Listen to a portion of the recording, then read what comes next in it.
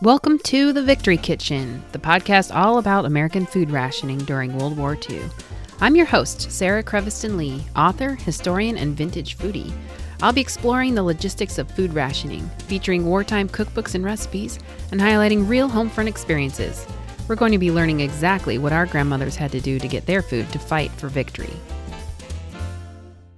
Hello, welcome to another episode of The Victory Kitchen.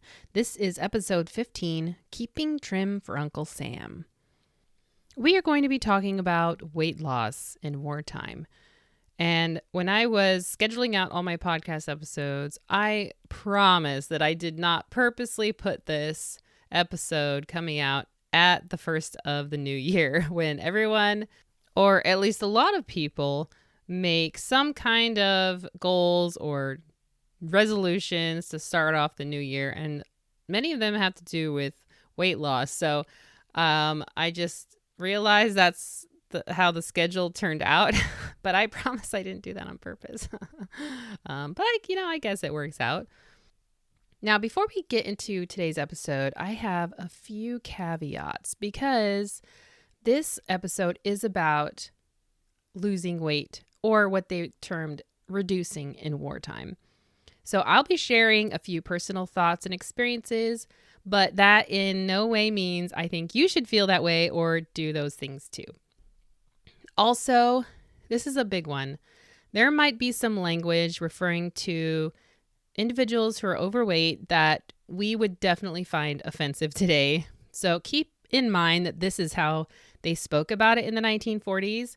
And it also does not reflect how I personally view the subject. And finally, it's very tempting to try some of these wartime methods for losing weight. And if that's an experiment you'd like to try, I strongly suggest going over it with your doctor first. Like we talked about in the canning episode, science has improved since the 1940s, and the knowledge about how bodies function and how they interact with food is much better understood than it was back then. All right, so reducing in wartime. What does reducing in wartime have to do with rationing? Well, besides it being an interesting aspect of social culture in our country, there also seemed to be an underlying belief by some that rationing would help them lose weight. I mean, that may have been the case in the UK or in more dire places like Europe and East Asian countries like Japan and Korea, where rationing was just really another name for a starvation diet. But in the US, on the average, Americans were pretty well fed. But like we've talked about before, they were undernourished, and that's what the underlying problem was. So there were at least 4 ways reducing was promoted in wartime America. And really, this is just, I think, the tip of the iceberg, because just like today, if you went to Google, lose weight, you would come up with countless sites or fads or diets, ways to lose weight, miracle drugs, whatever. That's kind of the case in the 1940s as well. There were a lot of things available. And so I am really just covering very basic things, but there's still a lot to cover. So these 4 ways of the way reducing was promoted in wartime America they were advised through cookbooks. There were fad diets, including miracle pills and things like that, and diets published in newspaper columns. There were articles and ads in magazines. And then there was mail order courses like the Dewberry Success Course is the most famous one. I'll mainly be focusing on the diets talked about in newspaper articles and cookbooks, and then one magazine article. All right, let's start with the diet fads and products found in newspapers.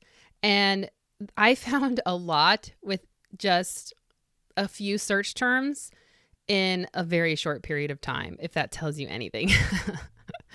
But first, I wanted to start out with this interesting article from the Independent Record, 7th of October, 1941. So this is just a couple months before the U.S. entered the war. It was called General Fatigue May Be Fifth Columnist of Home. If you've been meaning for a long time to get back into condition, now is the time to begin. These may be perilous times ahead, and it will be patriotic to be fit. General fatigue may be the fifth columnist in your program of home defense.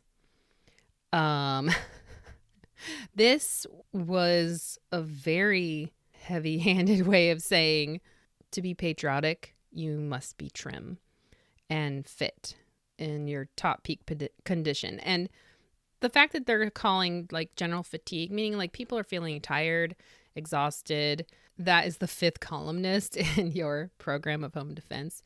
I don't know. That's, well, that's the 40s for you right there. But this was also kind of a clue, like people feeling fatigued, was a symptom of something, whether it was undernourished or not getting enough food or, being overweight and you're just tired. So it could mean a lot of things, but it's just interesting that this article, is addressing this issue. The next thing is miracle pills, supplements, or quote unquote diet foods. I think this is one of the most interesting sections of categories in these newspaper articles. The first one is stay trim the Hollywood way. Bring your figure up to date. Down in weight. This was for the Hollywood bread, baked exclusively in Spokane, Washington by Jacobson's Bakery. The claims were that it helped you reduce because it was made without fat or shortening of any kind. And they showed the lovely actress Marjorie Reynolds. So this was in March of 1945. It did not say that Ms. Reynolds ate this bread, but really it's just a fat-free bread. But it's supposed to help you lose weight. I don't know. Then the next thing is this thing called Vitine. The headline says, get rid of ugly fat. New no hunger vitamin way gets results while you eat plenty. The claim is that this liquid vitamin mineral supplement allows you to eat normally while losing weight. You take 2 tablespoons in a glass of juice, coffee, or any other beverage. I guess you just interpret that the way you want to. And then it contains, quote, vitamin A, B, C, D, and G, as well as calcium, phosphorus, and strength-building proteins. More of these precious, nourishing substances probably than you would normally get in your food at lunch. Vitine acts, first of all, to satisfy your appetite without adding an ounce. Secondly, it helps to induce the body to utilize its own fat for energy, close quote. The cost was $1.89. And this was from the Kansas City Star in January of 1942. See, this right here is also, they're playing on that you're not getting enough nourishment in your food. And so this vitamin supplement will help you satisfy your appetite with all these lovely vitamins and minerals. This is the first time I've seen, I don't know the complete history of weight loss fads and stuff and products, but this is the first time I see where they're starting to talk about the body burning up its own fat stores for energy. The next article was from the El Paso Herald-Post in Texas from January of 1944. It says, oh dear. This is titled Personal to Certain Fat Women. A drug called Marmoia aimed at women that were overweight due to a thyroid deficiency. The claim was that it was not a cure-all, and you had to strictly follow the directions for usage on the bottle and in the accompanying pamphlet, and to consult a physician with questions. It does not exactly say what it is or what's in it. So I don't know what this is about, but it's, playing to this, women who have thyroid issues. But man, that title, rude. Okay, so next. But this is something that I actually studied in college, was the image of women in magazines. And there were lots of advertisements like this where they just come straight to the point about overweight issues. And there's no softening it in any way. Okay, the next article is from the Fort Worth Star-Telegram from August of 1942. It says that new style dresses won't hide ugly fat. Lose fat and eat plenty. Eat potatoes, starches. And That's actually one thing that was blamed on rationing, that the potatoes and starches were part of the reasons for weight gain. So the claim was this delicious vitamin fortified AIDS candy, AYDS. You eat one before each meal, and it helped to dull your appetite for fattening foods. Oh, that's handy. Quote, with this new AIDS simple plan, you eat plenty, not too much. You don't cut out any meals, even potatoes, starches, meats, or butter. You simply cut them down, which is easy when you enjoy delicious AIDS before each meal. Close quote. No laxatives, no exercise, no drugs. They called it, quote unquote, absolutely harmless. You could obtain it at Fort Worth's largest cosmetic center. I find that interesting. You can get a 40-day supply for $2.25. Now, I wanted to know how much this actually cost. So I did my little handy calculation to find out what it was in today's money. And I actually found a really cool, new to me, inflation calculator online via officialdata.org. And I will have a link for this on my blog. It was very easy to use. So no math on a paper or your own calculator needed. So in today's money, $2.25 was $35.68. That is nothing to sneeze at. That's a lot of money for pretty much a month's supply of this special candy that dulls your appetite for fats. All right, the next one is also from the Fort Worth Star-Telegram from October of 1944. It says, try this amazing Barcel recipe to take off ugly fat right in your own home. You can lose pounds of excess weight without starvation, diet, or strenuous exercise. The claim is that, quote, it's easy, no trouble at all, and costs little. It contains nothing harmful. Just go to your druggist and ask for 4 ounces of liquid Barcel concentrate. Pour this into a bottle and add enough grapefruit juice to fill the bottle. Then take 2 tablespoons twice a day. That's all there is to it. If the very first bottle doesn't show you the simple, easy way to lose bulky fat and help regain reducible pounds and inches of excess fat, don't just seem to disappear almost like magic from neck, chin, arms, bust, abdomen, hips, calves, and ankles, just return the empty bottle for your money back. They also claim that bloat disappears and you appear more youthful and active. I love that phrase. You appear that way, but are you really? And there's no starving or going hungry. That sounds easy enough, right? Okay, the next one is from the Akron Beacon in Ohio. It's from November 1942. Oh, this is a fun one. This is the title of the ad. Wonder wartime reducing plan that burns off fat safely, quickly. No starving, no drugs, no violent exercise. I really love that. And then it says, here now is a way you can reduce to that slim, military-looking trim figure you want. A way not only safe, but simple and pleasant. Thus, in the interest of health and a better figure, why not do now what you know you should do? Start today and get rid of some of those ugly rolls of fat that now give you an unsightly S-bump figure. The whole idea of this plan is to provide good food in an amount which permits you to slenderize safely and easily. There's no dosing with racking salts or drugs you know nothing about, no pulling yourself to pieces exercising, and no fainting on a lettuce leaf. This way you even eat desserts. So what was this miracle food that they're talking about? I want to know. It's called the Wonder Wartime Reducing Plan. This is also the title of a book provided by your grocer. This diet plan essentially surrounded the eating of the new Wonder Wheat bread containing vitamin B1, which was the vitamin science had found at the time necessary for turning carbohydrates into the quote-unquote flame fat burns in.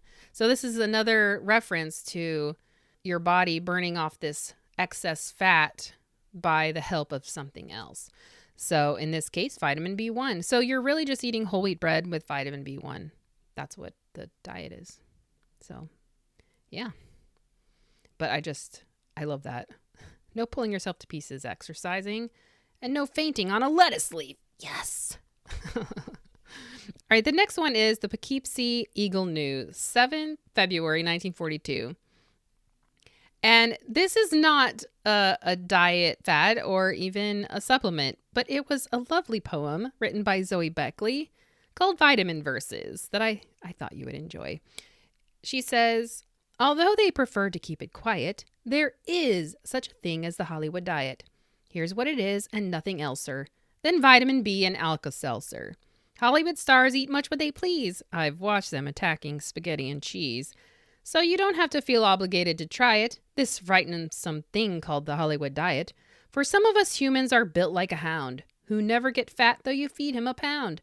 And some are like pugs, who could starve themselves sick, yet still have a waistline distressingly thick. Oh dear. Thank you, Zoe Beckley, for giving us that lovely poem. Like I said, there's so many products that were out there during wartime, and even before that advertised helping women to lose weight. But what's interesting, I don't know if you caught that reference to the slim military-like figure. That's something definitely unique to wartime, and I find that really interesting that they're appealing to that, because if I was a woman in wartime, I think I would be thinking about that. Like, I want to have that trim military figure, because that was just kind of the ideal. It's in all the women's magazines. All these romance stories featuring women in the military or dating a military man, they are all slim, all in amazing shape. And it was just this social kind of pressure to look that way. And I don't know if you also recognize any phraseology that is still in use today, like the phrase burns off fat. You know, that phrase is very common even still. So anyway, it's a little eerie to see that some of these sound a little familiar still. All right, next we're going to get into food diets that are advertised in the newspapers via columns. The first one is from the Harrisburg Telegraph from January 1943. And the title of the article says, "One Day Liquid Diet May Help Control Figure." This was written by Antoinette Donnelly. The liquid diet was prescribed for once a week. It consists of at least 5 glasses of milk a day, together with several additional glasses of fruit juices. So back then, milk was considered a protective food and was an important aspect of this particular diet.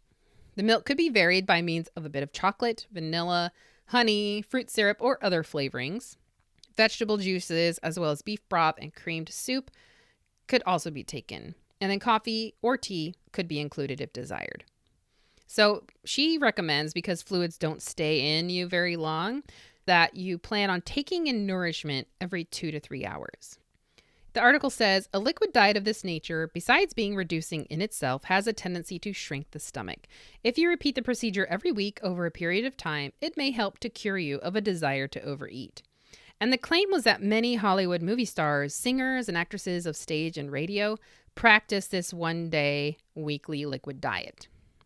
So for this particular diet, these are the credentials that, because many Hollywood stars and singers and actresses of the stage do this diet, that makes it good and okay. But it does say to consult your physician before starting any diet. So I do have to give that to them. I'm glad that they say that. So you can see a little bit of responsibility being taken there.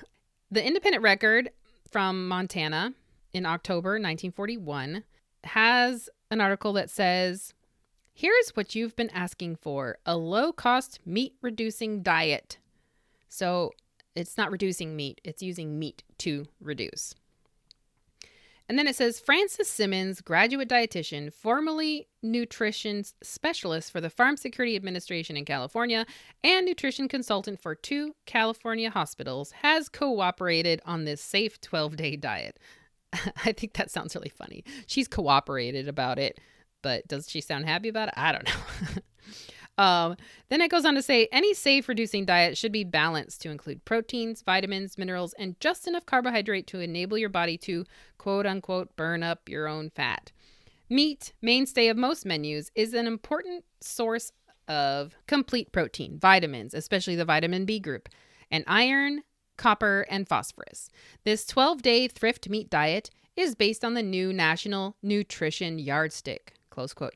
So here they're finally acknowledging the nutrition yardstick, and that's really important. But this is a very interesting diet. It kind of, I'm not an expert on the Atkins diet, but it kind of resembles that a little bit because it is focusing on meat and not using carbohydrates very much. So this is also October 1941. This is before the start of the war by 2 months, almost exactly. And I'm not sure how well this diet went down after the war, because once meat rationing started, I don't know how easy it would have been to keep up this diet. All right, so here are some simple rules for this diet. Drinking 8 to 10 glasses of water a day. Don't eat between meals. Don't eat more than 2 tablespoons of butter daily. No other fat is allowed or should be used in any form of cooking. So there was a lot of braising and broiling of meat. You don't use any flour in the diet unless specified. And this newspaper article was like a 6-day series that provided several days worth of menus. You trim all the extra fat from the meat before you cook it. Eat as much clear broth as you want, keeping your eating times regular. No sugar is allowed, but saccharin may be used for sweetening. Only lemon juice and mineral oil for salads. No mayonnaise or French dressing allowed. Use seasonings sparingly.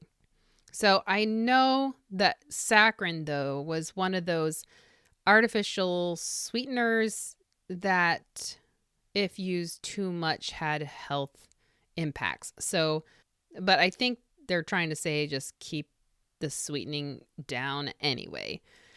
Okay, so I wanted to give you an example of one of their first day's menu. Okay, this is what it looked like. For breakfast, a large glass of unsweetened grapefruit juice. Woo, that's sour. 4 strips crisp, well-drained bacon, black coffee. For lunch, a sandwich made of 2 slices dry brown bread or toast, broiled cubed steak, 2 slices tomato, lettuce, 1 tablespoon butter, large glass of milk.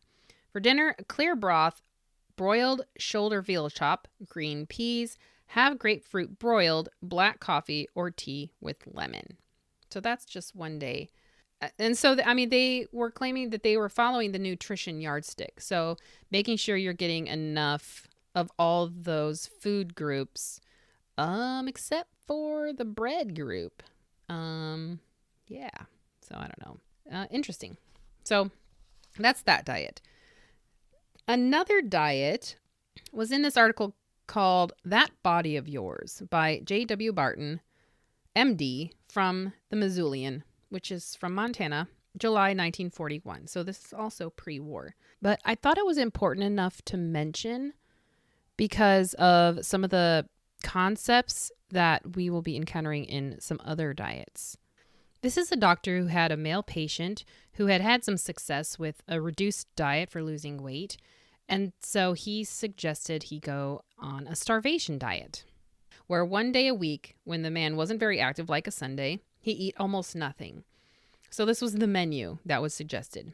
At 8 a.m., he has 1 large orange, 1 cup coffee, 2 tablespoons cream. At 10 a.m., 1 glass skimmed milk. 12 p.m., 1 large orange, 1 cup clear broth. At 2:30 p.m., 1 glass skimmed milk. At 5 p.m., 1 large orange, 1 cup clear broth. And 9 p.m., 1 glass of skimmed milk. And then tea and coffee without cream and sugar could be taken as he desired.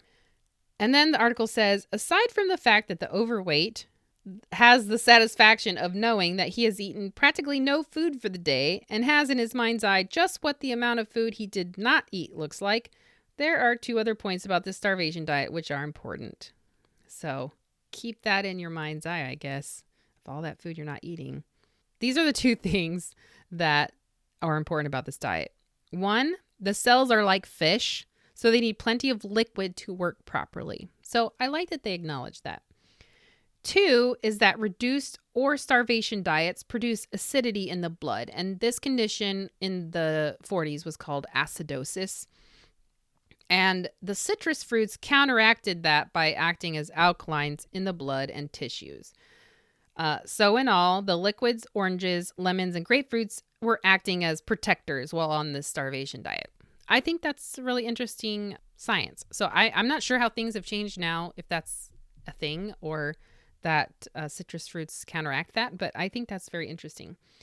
And I wonder if this is kind of the reason why grapefruit as a diet food became such a thing, because of this way of thinking in science that citrus fruits acted as a protectant from acidosis. I'm not sure, but it would be interesting to investigate. Another interesting diet was from Ida Jean Kane. She had a column in the St. Louis Globe-Democrat, and this was from March of 1943.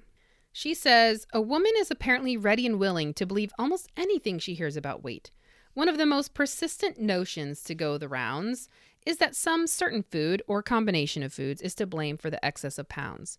But women who go for years without eating bread or potatoes or having sugar in their coffee are often the ones who never lose an ounce. Cutting out one food does not necessarily lower the calorie intake for the day enough below the energy needs to affect the weight. Usually that is not enough to make much difference in the day's total calories.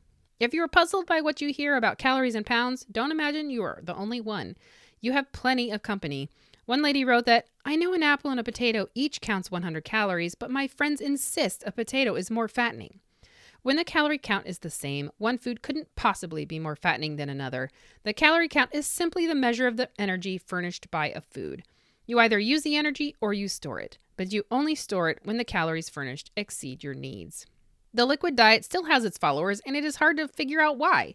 You can get just as many calories in liquids as you can in solid foods, and nothing makes you hungrier for a good meal than 3 days on liquids. I think for the first time I'm feeling like this sounds kind of like modern thinking when it comes to dieting. In a healthier way, I guess. Kind of the calories in, calories out idea.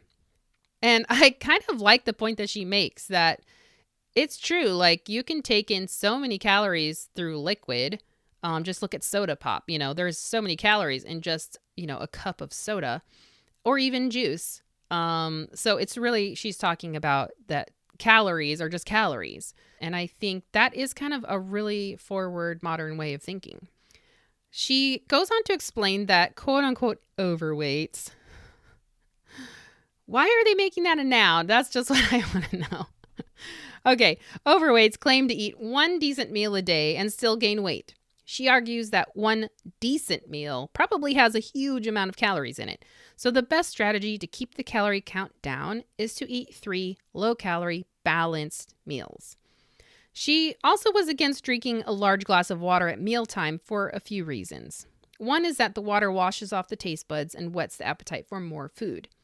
Second is that a large quantity of water with food stretches the stomach. So she suggests limiting mealtime liquids to 8 ounces. And if you have a soup, hot beverage, or milk, do not drink any water. So this actually, when I read this, it really struck a chord with me because this is kind of how I think about when I eat. I don't drink a lot at mealtime. I try to keep it low. And I actually don't even drink water. I usually have something that has a little bit of calories in it, like a watered down juice or milk or something like that. That's just what I do. And I don't drink very much of it because I prefer to get my calories through the food as opposed to what I'm drinking at mealtime. So I think this is really interesting. And I've never thought about how water washes off your taste buds and whets your appetite for more food. I've really never thought about that before. That's very interesting. And I have heard advocates in modern, like our days today, that drink water first before you eat so that you don't eat as much. But she's claiming, that liquids stretch your stomach. So actually that doesn't help. So I don't know. It's just an interesting concept.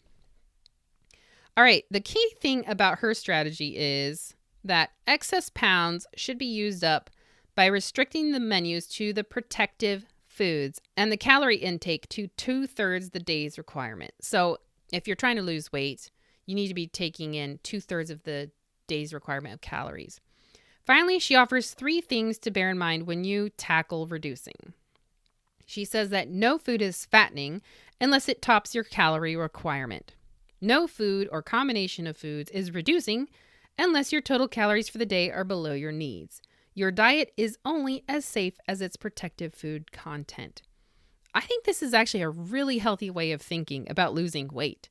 She's very no nonsense and practical about it.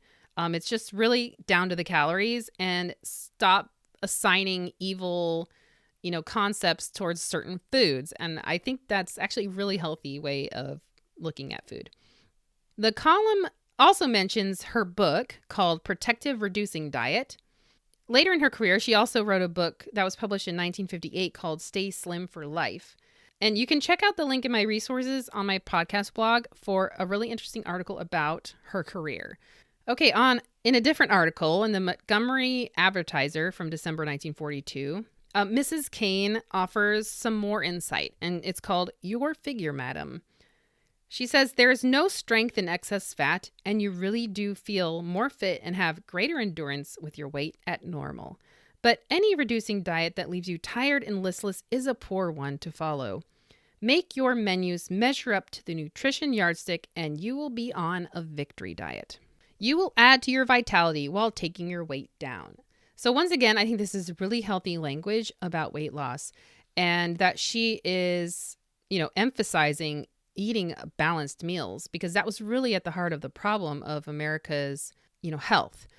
And it's really heartening to know that there were messages like this out there that hopefully was counteracting the negative things, like with what I started out with. A lot of these diet fads and diet supplements and whatnot that claim all these things. She is offering a much more positive message about food. She also talks about how the craving for missing nutrients may be the main cause of your voracious appetite. This one really raised a flag for me, not in a bad way, but I was like, whoa, I have not, in all of this research for this episode, come across this way of thinking. This is also, I think, really modern way of thinking, that missing nutrients is the cause of why you're hungry. And that's also at the heart of, the malnutrition in the country. She says to cut down on calories, and stresses the protective foods. To do this, she suggests including in your day an egg, 2 glasses of skim milk or buttermilk, a cooked green leafy vegetable, a chopped green salad, a third vegetable, 2 fresh fruits, 1 a citrus or tomatoes, a serving of lean meat, fish or fowl, at least 4 slices of 100% whole wheat or enriched bread, and 1 and 1.5 tablespoons of butter. So this is following the nutrition yardstick that they're talking about, to include all of those things from the food wheel of the 7 food groups. And she's offering you exactly what you need to do. And I think that's so helpful for anyone that was looking, for a way to slim down. She's telling you how to do it. And it's so simple. All right. So to keep the change in calories from being too drastic, she suggests quote unquote space filler foods, such as coleslaw, celery, a mixed green salad, apples, and some of the chewy foods such as crunchy biscuits. They trick your appetite into contentment. And here we're talking about that texture. If you're on a liquid diet, I think it'd be so hard because your teeth just want to chew something. In fact, my 4-year-old, he says he needs something for his sharp teeth to chew on. I think it's so cute. But that's really so true. It's a 4-year-old's way of explaining exactly what she's talking about, is that we just need that, texture difference in our diet. She also says that salt and too much water may stimulate the appetite, explaining again that the water washes the taste buds. And then she says that ice water stimulates the mucous membranes. So drink no more than 8 ounces of fluid with your meals and not ice water. So very interesting. She says the safest and most comfortable way to get rid of the excess pounds is to eat 3 meals a day on time, include all the protective nutrients, and cut down gradually on both calories and the quantity. At first, you may have to exercise your willpower to do this, but it gets easier every day of your diet. Thank you, Mrs. Kane, for your wise words. All right, so from the Pittsburgh Sun-Telegraph, June 1944, there's another article that says, "Who said food rationing would help my figure?" And it shows a woman, a picture of a woman working in her victory garden, and her husband is looking down at her and she's looking up at him, and, and she's, clearly overweight in this picture. And it's this idea that people are thinking food rationing would help their figure. And yet this woman had not found that to be true. It says, in spite of food rationing, people gain weight because of too many starchy, vitamin-poor foods. If your figure isn't as slim as you'd like, better try the sensible Rye Crisp reducing plan. Now, the reason why I kind of included this in the section of the newspaper diets is because even though it's an ad for a food product, I don't know if you've heard of Rye Crisp. They're just like 100% rye crackers. And you could obtain the free booklet called Low Point Low Calorie Meal Planner by requesting one in the mail. So essentially, it was advertising Rye Crisp, but they had a whole plan in a booklet that you could obtain for this diet. And of course, Rye Crisp crackers were at the heart of the meal plan. And they were just kind of a bread replacement. There's no bread in the diet, but these Rye Crisp crackers are the grain. I personally wasn't able to obtain a copy in a search online. There just wasn't one available. But Erin, a lovely follower of mine on Instagram, messaged me with images of this amazing booklet that she just found. And she was so kind enough to send me pictures of the whole book for me to study. And I'll have a few of these pictures on my blog for you to take a look at, including some of the menus and recipes. And I just wanted to give a huge thank you to Erin Phillips. Sourcing original documents and books for this podcast isn't always easy and can be expensive, so she really helped a lot with that. And sometimes you just can't find things, so this was very awesome timing on her part. So the book provided a reducing diet for women and a reducing diet for men. I like that they have the separate because men and women's body needs are different.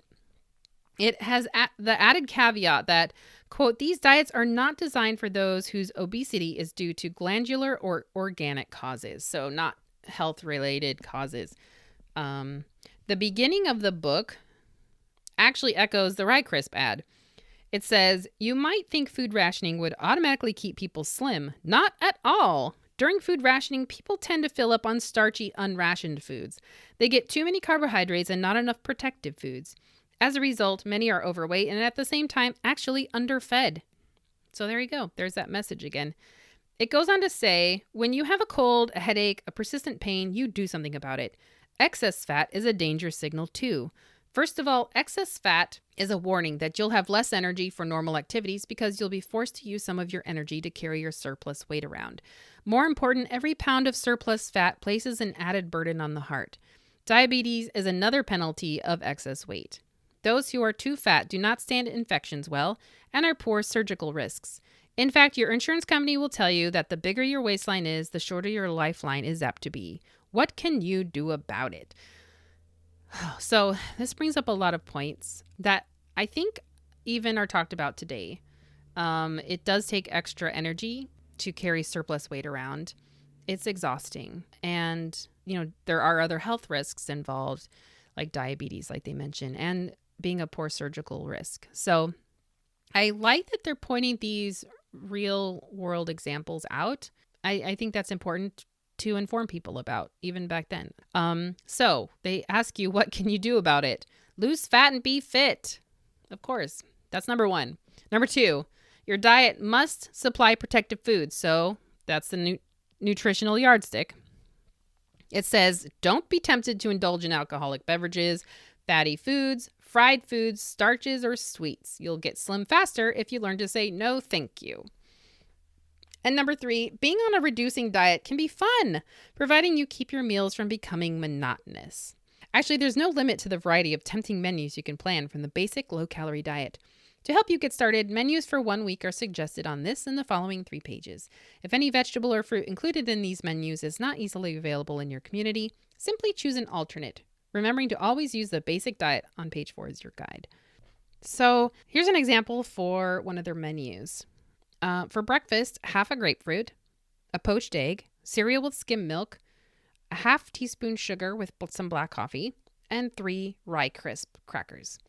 Lunch or supper, cold sliced chicken, tomato and lettuce salad, spicy dressing, 3 rye crisp, a pear, and buttermilk.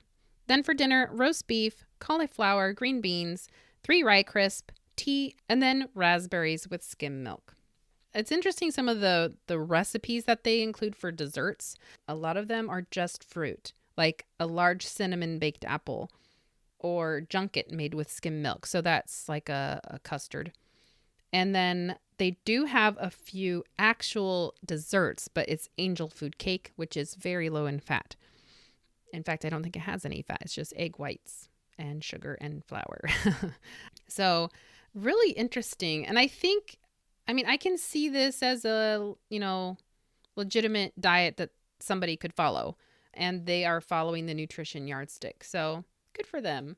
Of course, it's using the rye crisp, but I also applaud that they are using their particular product to fulfill one of the food groups. Instead of cutting out any one food, they are replacing it with an option so people aren't going without grains, which was against what the government was trying to achieve with the 7 food groups. There were also articles that warned people against diet fads and encouraged women to shun them. In the Spokane Chronicle from May 1942, it said, "Shun diet fads, put food value into your menu," by Forrest Williams. He said, "It remained for this country, with its ability to glamorize and dramatize fresh ideas, to take the lead in promoting some of the most ridiculous and often unsound dietary plans. From extreme vegetarianism to nothing but meat, from overdone Fletcherization to the Hollywood diet, charlatans and quacks, promoters and sincere but frequently misguided searchers have offered various plans to that gullible section of the public willing to try anything. No estimates are available on how much damage has been done to the national health through the adoption of harmful systems. It is a well-established fact, however, that millions of dollars have been wasted in following them." It also, in the article, emphasizes not eating too much, but not eating too little either. Any diet that leaves out any specific thing isn't healthy, and that all the healthful things in a balanced diet are needed to protect your health. A balanced diet included milk, eggs, meat, fresh and raw fruits and vegetables, and the right amount of bread is the quote-unquote only normal diet. So there you have it. I'm so glad that people were speaking up against these diet fads and to put food value into your meals. So making sure you're focusing on nutrition and just being careful with your portions to help you lose weight. And that is the only normal diet. So bravo for them for speaking up against the crazy diets. Now, I realize it mentions extreme vegetarianism. I don't know if this means like what we today would call like being vegan. And I'm not sure what they mean by that. I know that vegetarianism has been around for a long time in our country. So I don't know. It's just, I think that he is just kind of speaking out against all of these kind of extreme things and promoting, it's going along with what the government is trying to get people to eat and just protecting your health with food, like a good variety of food. So, and as I read this article, I was also brought to mind, like before in a previous episode, I was talking about that some religions did not eat meat. And so this kind of leaves them out of the picture a little bit, but they did have their ways of making sure that you got things in your diet that provided the protein you needed if you did not eat meat. So I also want to point that out. This final thing I wanted to talk about in these diets that you could find in newspapers was the Dewberry Success Course. If you own any wartime magazines from Life, Mademoiselle, Good Housekeeping, or Women's Day, you probably have seen a Dewberry ad. And it usually features just a regular woman that could be from your neighborhood who has done this diet and she's lost this amazing amount of weight and she looks fabulous. It was actually very hard at first to find anything specific about the Dewberry diet plan because this was a whole success course. It not only talked to you about what you ate. It also taught you things about cosmetics and exercise and decorum. There were a lot of things they covered in their course, but finding specific diet stuff was a little hard. But I did find a blog called Material Mode. It's a Fashion of Institute of Technology blog through the State University of New York. And they actually had some specifics about the diet of the Dewberry Success Course. In the article, it says, the Success Course consisted of 6 weekly folios containing daily lessons. An elimination diet was required the first 7 days, consisting of a daily intake of 10 to 12 oranges, 2 apples, pears or peaches, 2 tomatoes, 2 carrots, 1 head of cabbage or lettuce, 1 grapefruit, 6 stalks of celery, tomato juice, black coffee or tea. Before bedtime, women were also advised to take milk of magnesia to assist in elimination. The equivalent of a modern-day cleanse, the elimination diet was touted to flush the intestinal tract and start the enrollee on the path of weight reduction if so desired. Following the elimination diet, women were encouraged to eat as a beauty eats for the rest of their lives, which was very much in a similar high-carb fashion of fruits and vegetables with the addition of a small amount of meat, fish, or fowl at the evening meal, close quote. So to learn more about this course, you can see the resources on the blog post for this episode. You can also check out the podcast Dressed, the History of Fashion. One of the hosts tries out the Dewberry elimination diet, and I'll have a link for that. It's very interesting. So next, we're moving away from newspapers, which, as you can tell, has been a wealth of information about weight loss, to cookbooks. Now, this is not something I would normally have thought of for looking for weight loss information, but I happened to see that section in my cookbook when I was doing research for the Christmas recipe swap. So I thought that was very handy.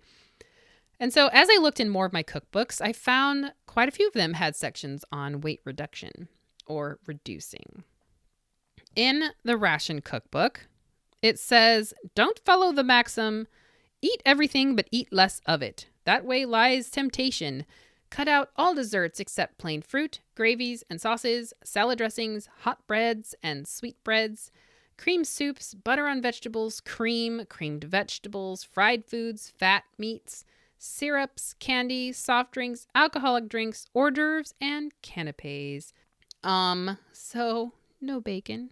That's sad. But I think this is interesting. And since we've already gone over a lot of things in newspapers, I'm really just going to touch on the basic differences that I noticed in the cookbooks. So the fact that this says, to not follow this idea of you can eat everything, just eat less of it, which is what a lot of these other diets in the newspapers were talking about. This says that way lies temptation. Unfortunately, I do not live this way if I am trying to lose weight. I believe in being able to eat anything I want, but just eating less of it. So sorry, ration cookbook. I deny everything that you say. So next up is the Good Housekeeping Cookbook. My issue's from 1944. It mentions that we tend to gain weight as we get older, so we should maintain a weight of what a normal weight would be for our height at age 30. I think that's very interesting. It says to weigh yourself each week, and if there's a tendency to put on weight, cut out high-calorie foods such as candy, sugar, cream, fats, starchy vegetables, and sweet or rich desserts. What other dessert is there except sweet ones? Then they propose a 9-day reducing diet, which was a low-calorie diet you could follow if you needed to lose a few pounds. Once you finished the 9 days, you were to take a break and add back a few of the foods you weren't eating during the diet, as long as you're able to maintain your weight. Then you could go back on the 9-day diet after a week's vacation from it. So I think that was very interesting too. Okay, so next to last is the New American Cookbook. Their section about weight loss is called Weight Regulation Through Diet. So their take is to eat as little fat as possible, limit the carbohydrate foods you eat, so avoid pies, pastries, preserves, candies, and ice cream. Limit bread and potatoes. Take ample protein in the form of skimmed milk, buttermilk, very lean meat, and cottage cheese. It offers menu examples for one day. Also, it has a long list of don'ts, including don't drink too much water with meals, don't use drugs of any kind for reducing weight, which is dangerous, don't use alcohol, don't start out too enthusiastically. Willpower and persistence count for more in a long race than enthusiasm. Don't swallow food you haven't chewed properly. Don't try fad cures for obesity. Don't let your appetite deceive you into believing that the diet is weakening you. And carry out a diet under the supervision of a skilled physician. Don't eat between meals or after your third meal. Drinking weak, unsweetened tea or a glass of real buttermilk should help hunger cravings. Don't think that because your parents were stout, you cannot reduce. Overeating and lack of exercise are much more potent causes. And don't take liberties with the diet table if you expect to get results. Adhere strictly to the general principles. So there you go. I think this is interesting because it points out to don't let your appetite deceive you into believing that the diet is weakening you.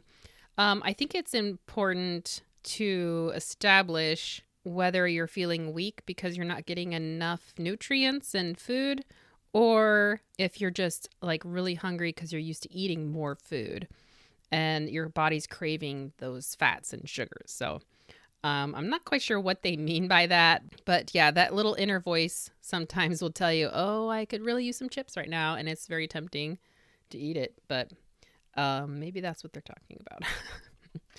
I do like that they say to carry out a diet under the supervision of a skilled physician. And to stay away from those fad diets and pills. So that's good that they mentioned that.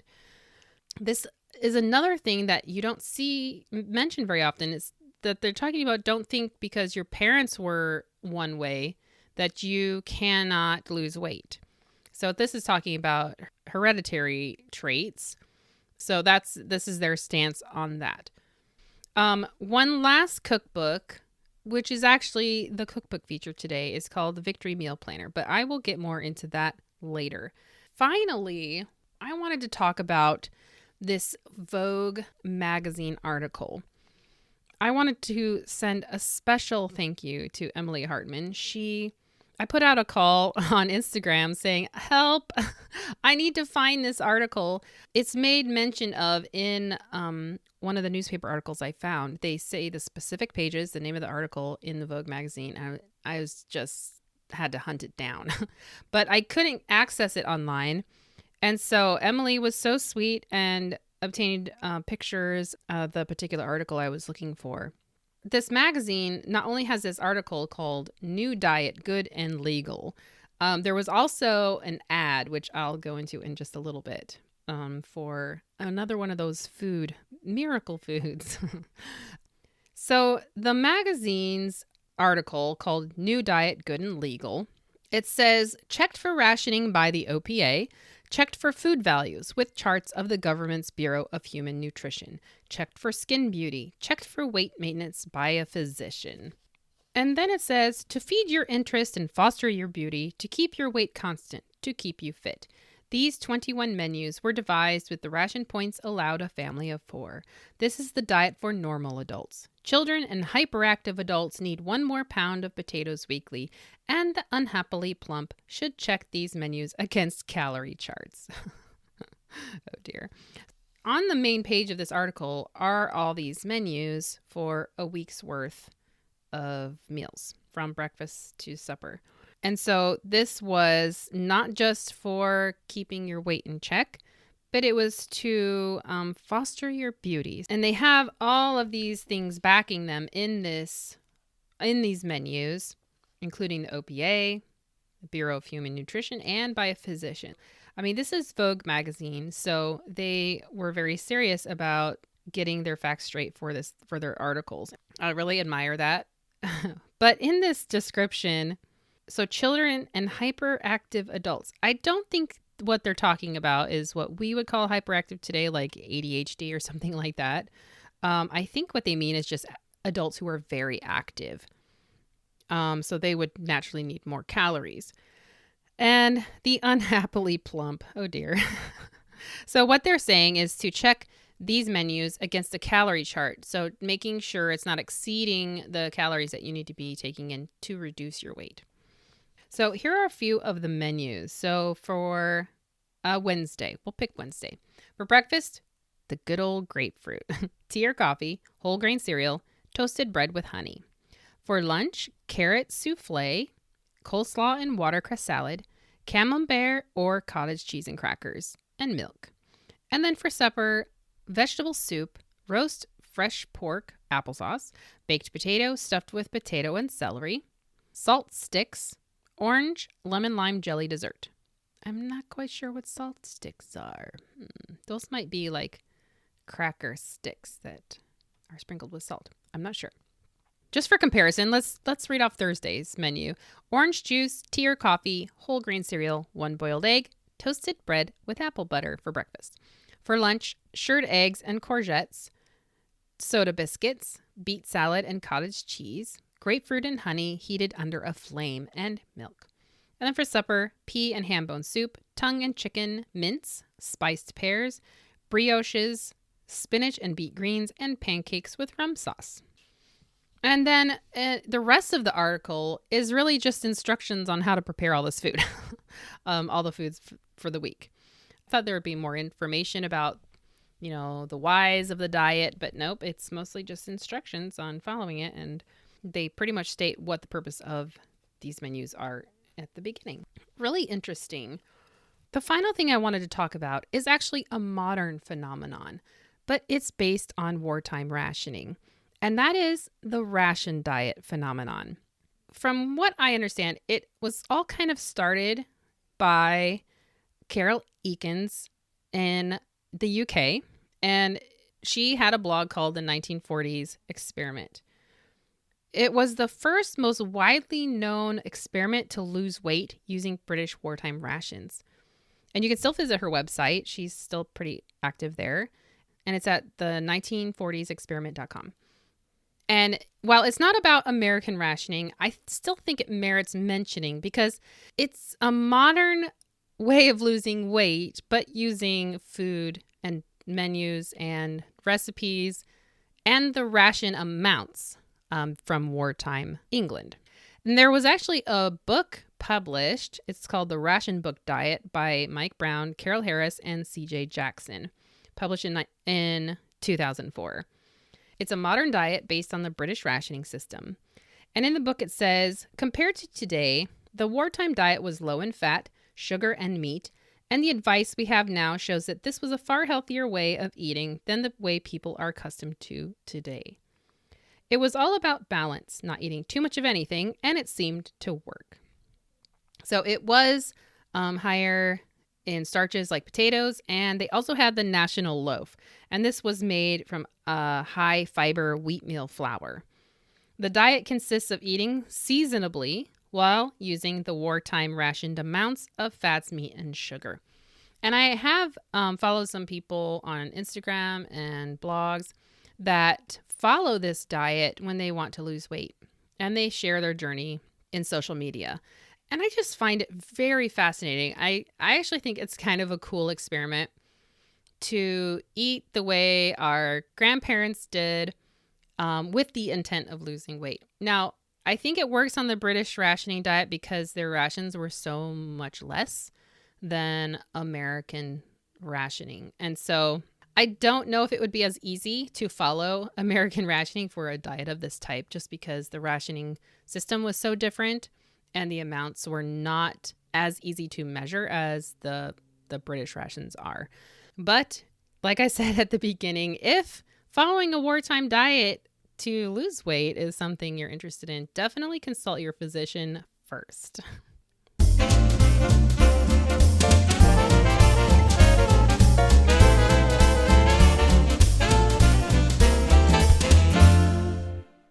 Today's cookbook feature is Victory Meal Planner. This was published in 1942 by the New York State Bureau of Milk Publicity. And their slogan is Satisfy Thirst, Fortify Health, Drink Milk. So you could probably guess what the basis of a lot of recipes are in this cookbook. In the introduction, it says, nutrition and meal planning are important to family and country. This meal planner has been designed to help you with one of your most vital problems, the preparation of daily meals. For planning well-balanced meals with utmost economy has become a patriotic duty. Your attention is especially invited to the meal planning chart. It is recognized by health authorities that proper food is essential to good health, and the health of every American is now more than his own personal concern. It is a matter of vital importance to the nation. One of the things stressed at the National Nutrition Conference at Washington, D.C., and in all government literature since, is the necessity of taking enough of the vitally needed foods to maintain health. Not just borderline health, but top-notch health. Tops on all official nutrition charts, indispensable to health, is milk. Health authorities recommend at least a pint a day for adults, a quart for children. Most people find milk a delicious, refreshing beverage. If you are one who does not, be sure your diet includes milk in soups, sauces, gravies, puddings, and ice cream. You owe it to yourself, your family, and your country to see that your daily meal planning includes sufficient milk to maintain top-notch health. And then it goes on to explain some of the vital, indispensable elements contributed by milk. Calcium, energy value, it says 170 calories in a cup of milk. Alkaline factor to help fatigue, vitamin A, vitamin B1, vitamin B2. And then it shows a very helpful visual chart to help you plan healthful meals. And this is the 7 food groups. Now, this cookbook is a meal planning guide. It covers 12 days of meals. And they recommend these menus as a way to kind of format your own menus. Now, the reason why I chose this book for this episode is because for the bulk of the book, it has daily menus for the normal diet. And those are the 12 days that I was talking about. But then at the back, it says, and if you want to lose weight, then it has its own kind of system of a 12-day diet with all of the meal plans. It says, daily menus for the reducing diet. Keeping slim helps you not only keep in style, but in top-notch health as well. Getting slim is a matter you should approach with care. Cut down on fattening foods. Never cut down on nourishing foods. In this respect, milk is an invaluable aid, providing vitamins and minerals essential for the well-being of nerves, teeth, skin, blood, and heart muscles. No reducing diet should be without fruit, especially oranges, bananas, apples, vegetables, preferably of the leafy type or tomatoes. Milk, at least a pint a day or more. Never try to lose more than 1/4 pound a day without the advice of your doctor. And I appreciate that they mentioned that, like losing weight too quickly can be unhealthy as well. Their diet has a very interesting system. They have a square, a diamond, and a circle. And then they label them with the square with an S, the diamond with a D, and the circle with a C. For the square symbol, these diets planned to thin you have been proved by Hollywood stars. Foods indicated by square are must foods. So these are the foods that are meant to protect your body. The D or diamond foods, limiting yourself to the foods indicated by diamond will help you lose about 4 pounds every 2 weeks. So it's maybe not quite as extreme as just following the foods that are the square symbol foods. And then the circle foods, if you also include the foods indicated by circle, you should lose about 2 pounds every 2 weeks. So it's just depending on how fast you want to lose weight. To save time, instead of reading it all out for you, I will have a picture of this up on my blog so that you can see how this menu plan for dieting is put together with these symbols. And what's also interesting, at the back, they mention if you are underweight. And they have advice for people who are underweight, things that they would need to do to help them gain weight. And it's pretty much the opposite of the losing weight diet. So really fascinating book with a definite slant towards milk. Now, I'm going to talk about the recipes now.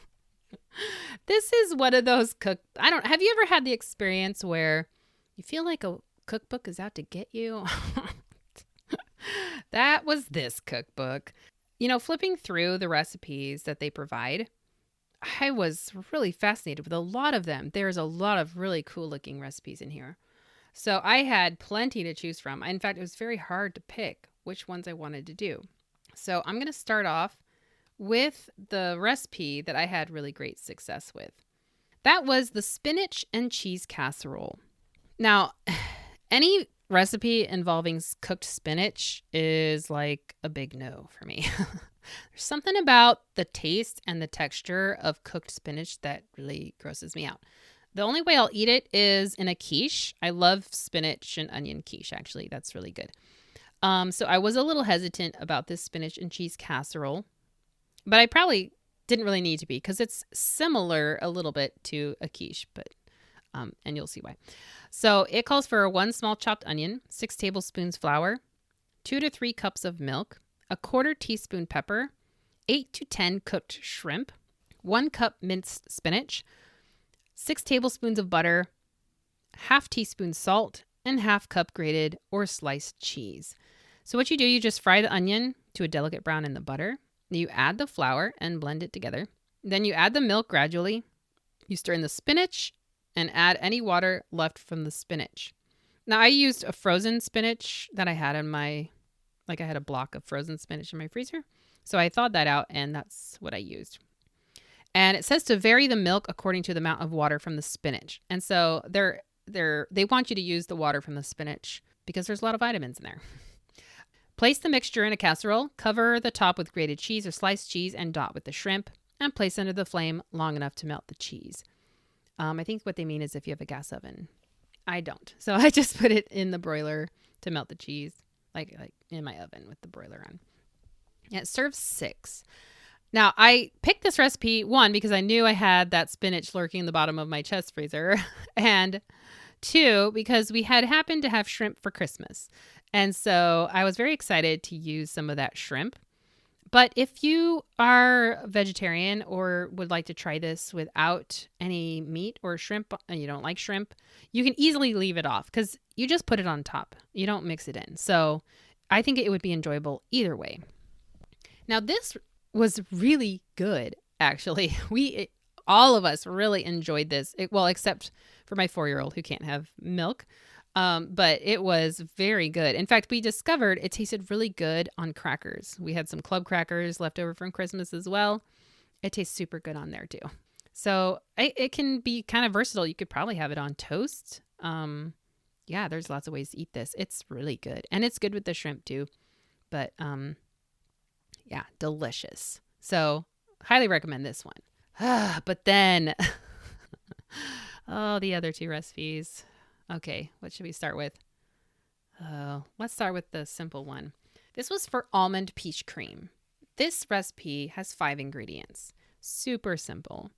And it sounded delicious. 1 cup whipping cream, 2 tablespoons sugar, a 1/4 teaspoon almond flavoring, 2.5 cups sliced peaches, fresh or canned, and then a 1/2 cup of shredded coconut.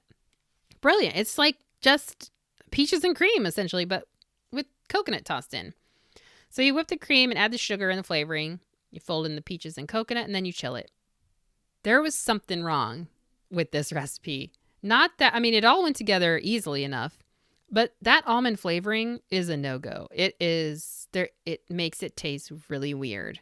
And so I think an easy fix would be to change that to vanilla flavoring. I think that would be super delicious. I don't know what it is with the almond, with the cream and the peaches. It doesn't taste right. I don't know. You might have a different opinion, but yuck. In fact, my son agreed. He's like, it doesn't. No. He's kind of my taste tester with me. He's the bravest of all my 3 kids. So, and even he was like, no. So yeah, just change it to vanilla. And I think this is a very winning, easy recipe you'd be proud to serve to guests. So, or just eat for breakfast if you want. Yeah, I think I'll try it again because, I love peaches and cream. Yum. And with coconut, it just adds that little texture there. All right, so that's that disappointing recipe. Luckily, it's an easy fix. This next one, though, oh my gosh. This is when I wanted to strangle this book or the person who made this recipe. So I decided to make this Adirondack chowder. I love chowder, guys. It's so good, but it calls for 1/4 pound salt pork diced finely, 1 large onion slice, 2 tablespoons flour, scored corn from 6 ears or 1 can of number 2 corn. That's what I just used a can of corn.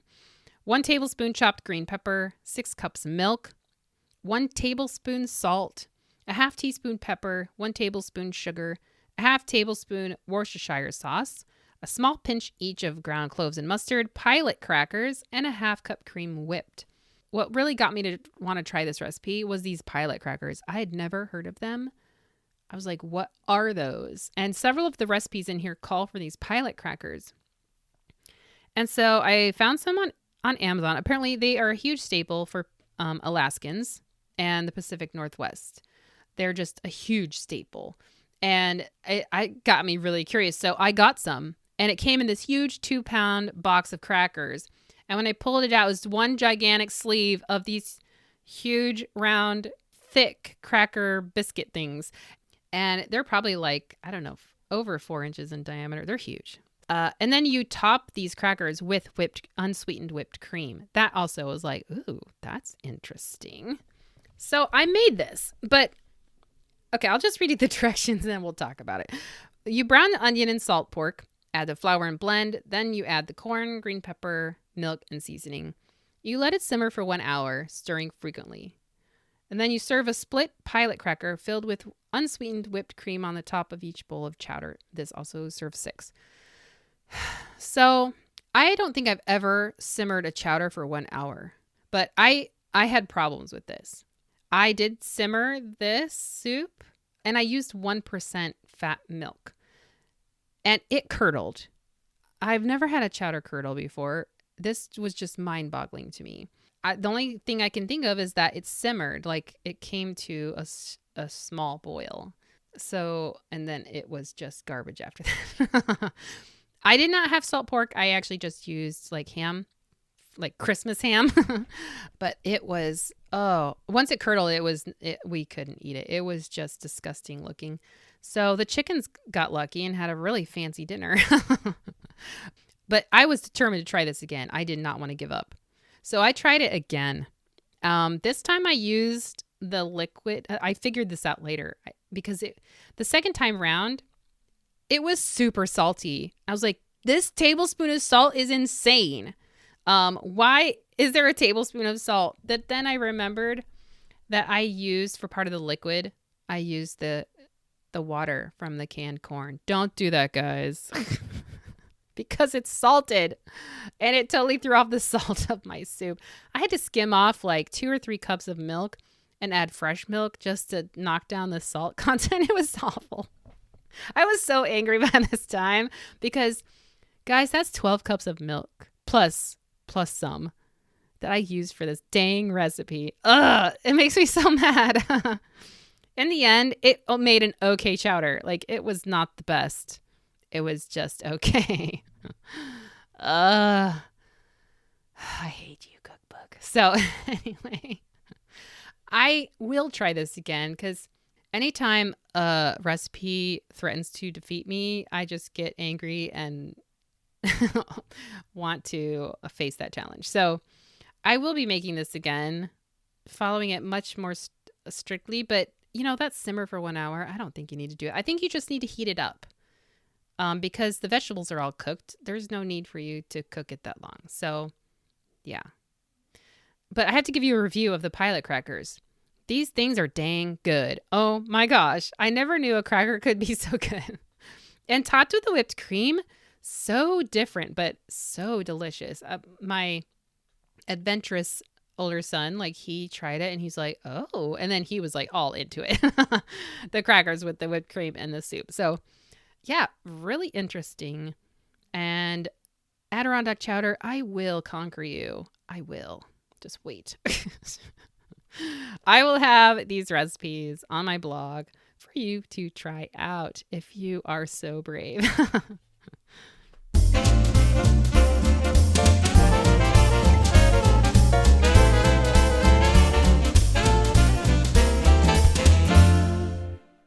Today's story highlight comes from a very special place. When I visited my best friend Mari in Las Vegas, we went antiquing. Of course, because what else do you do in Las Vegas? And I found the most amazing find that I think I've ever come across in an antique shop. And that is a personal diary of a woman from 1945. I don't know her name. In the inside, it says to mother from Cheryl. Cheryl's one of her daughters. December 25th, 1944. I actually have some of the entries from this diary up on my history blog that I can leave a link for in my resources. And it's just, about her life in California during the end of the war.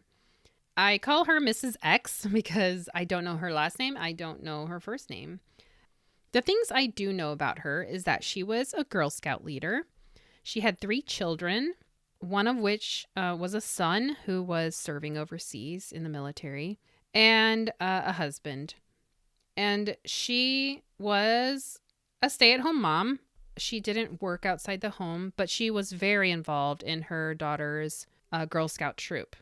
Now, the reason why I wanted to talk about her was because there is a very short time in the middle of the year where she talks about how she is going to start reducing.